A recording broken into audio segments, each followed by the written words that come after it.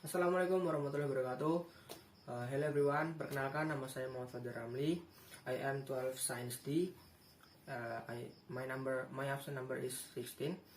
So in here I would like to present related with my invention or karya ilmiah.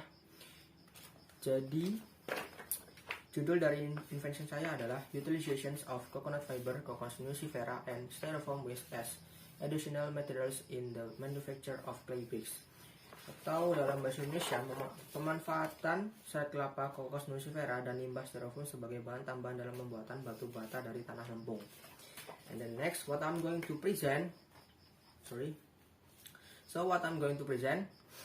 there are background, latar belakang, kemudian problem formulation, rumusan masalah, and then objective, tujuan dari penelitian, kemudian ada manfaat, literatur review atau landasan teori, kemudian ada metodologi, kemudian hasil. Kita menuju yang pertama, latar belakang.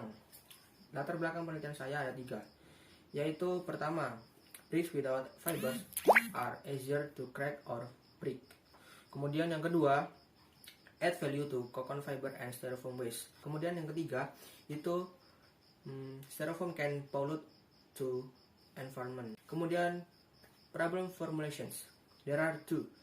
First, how coconut fiber and styrofoam waste can be used to increase the compressive strength of clay bricks. Kemudian yang kedua, how coconut fiber and styrofoam waste can increase resistance to porosity in bricks. And the next, the objective of research, there are 2 also.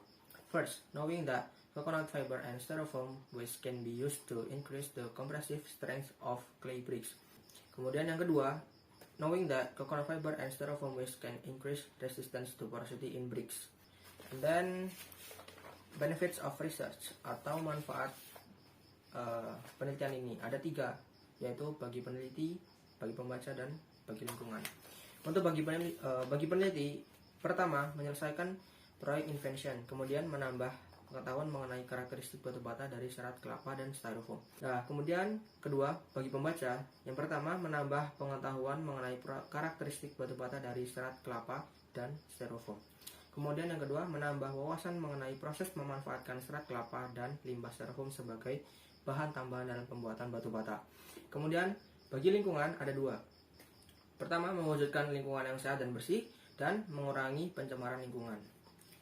Lanjut ke literatur review. Yang pertama di sini ada coconut fiber.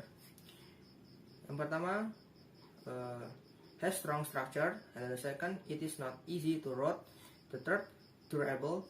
The fourth, has length of 15 to 30 centimeters, and the fifth, resistant to attack by microorganism, weathering, and rub or punch. And the sixth, lighter than others fiber. And then next, there is styrofoam. It is non-recyclable and non-biodegradable or can't decompose. And then second, causing the greenhouse effect. And the third, relatively light and soluble in aromatic hydrocarbon solvents. And the fourth, resistant to acid, bases, and other corrosive substances. And the fifth, has a melting point at 102 to 106 degrees Celsius. Next, bricks. According to Novareza 2017, bricks are generally made of pure clay and mixed with water.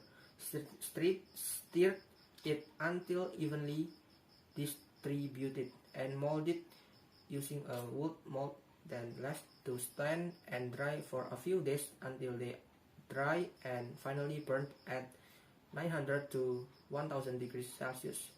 For general reference, red bricks are 19 to 24 centimeters for long, and then 9 to 12 centimeters for wide, and then 5 to 6 centimeters for thick. So we are going to research methodology. Next, this is the material. this is the materials and the tools. So the materials are clay soil, there are 1200 grams, and then coconut fiber 230 grams, and then styrofoam 270.25 grams, and then water 1.1 to 1.4 liter, and then burnt ash it to 100 gram, and then also charcoal arang. And then next, tools ya. Tools, there are scale, mold, measuring cup, hammer, scissors, ruler, simple grater, bucket, basin, zinc drum, plint or large sack, flatboard, and lighter. Next, research procedure. Before bricks making, coconut fiber cut weight size 1 cm, 2 and 3 cm. Put separately in each place. Like you can see the picture. Then styrofoam is shredded by grater. Jadi potongan-potongan styrofoam, limbah styrofoam itu kita parut menggunakan parutan sederhana. And then next, this is the step by step for making bricks in bahasa ya, biar lebih mudah. Jadi pertama itu tanah lempung ini kita timbang sebanyak 1200 gram. Kemudian kita remukkan atau hancurkan dengan palu, karena ini tanahnya masih bentuk bongkah-bongkahan. Kemudian ditambahkan air sedikit demi sedikit sambil diaduk-aduk. Kemudian ditambahkan tadi potongan serat kelapa berdasarkan ukurannya, kemudian juga parutan dari styrofoam. Kemudian diaduk ke sebelahnya itu, the picture at the right one, diaduk hingga menggumpal, menyatu. Kemudian ke atas itu diberikan abu bakaran pada cetakannya agar tidak lengket. Kemudian ini dia kita cetak, kemudian diratakan bagian atasnya, lalu jadi, dan kemudian dry under the sun for a week, and then burning for 10 hours. Jadi cara pembakarannya seperti yang ada di gambar itu ya tadi, agar supaya istilahnya seperti di oven, jadi tidak ada ruang atau udara yang masuk gitu. Jadi pembakarannya maksimal. Kemudian ready to experiment. And then there are 2 experiment I will do for this research. There are compressive strength experiment and then water absorption or porosity experiment. For each experiment, 9 sample bricks. So the total is 18 sample bricks. So this is hasil pembuatan produk ya. Bisa Anda lihat di dalam slide. Ada 3 buah bata. Yang paling kiri adalah bata A, kemudian saya beri nama bata A, kemudian tengah bata B, kemudian ketiga bata C sebelah kanan. And then dalam tabel adalah hasil ukuran dari bentuk struktur luar batanya. Untuk bata A atau serat cm yang berisi serat 1 cm itu memiliki panjang 17,8, lebar 9, tinggi 4,3 dan memiliki volume 688,86 cm3 dan memiliki berat 1000 gram atau 1 kilo. Kemudian untuk bata B yang berisi serat 2 cm itu memiliki panjang 18, kemudian lebar 9 dan tinggi 4,4, kemudian volumenya 744,48, kemudian beratnya 1050. Dan serat bata C, seratnya 3 cm itu memiliki panjang 18 dan lebarnya 9,2, tingginya 4,6 dan memiliki volume 761,76 dan memiliki berat 1100 gram. Next, nah ini adalah pengujian tekanan. Jadi gambar yang paling kiri itu merupakan mesin uji tekanan tampak depan. Kemudian di tengah ada gambar mesin uji tekanan tampak samping.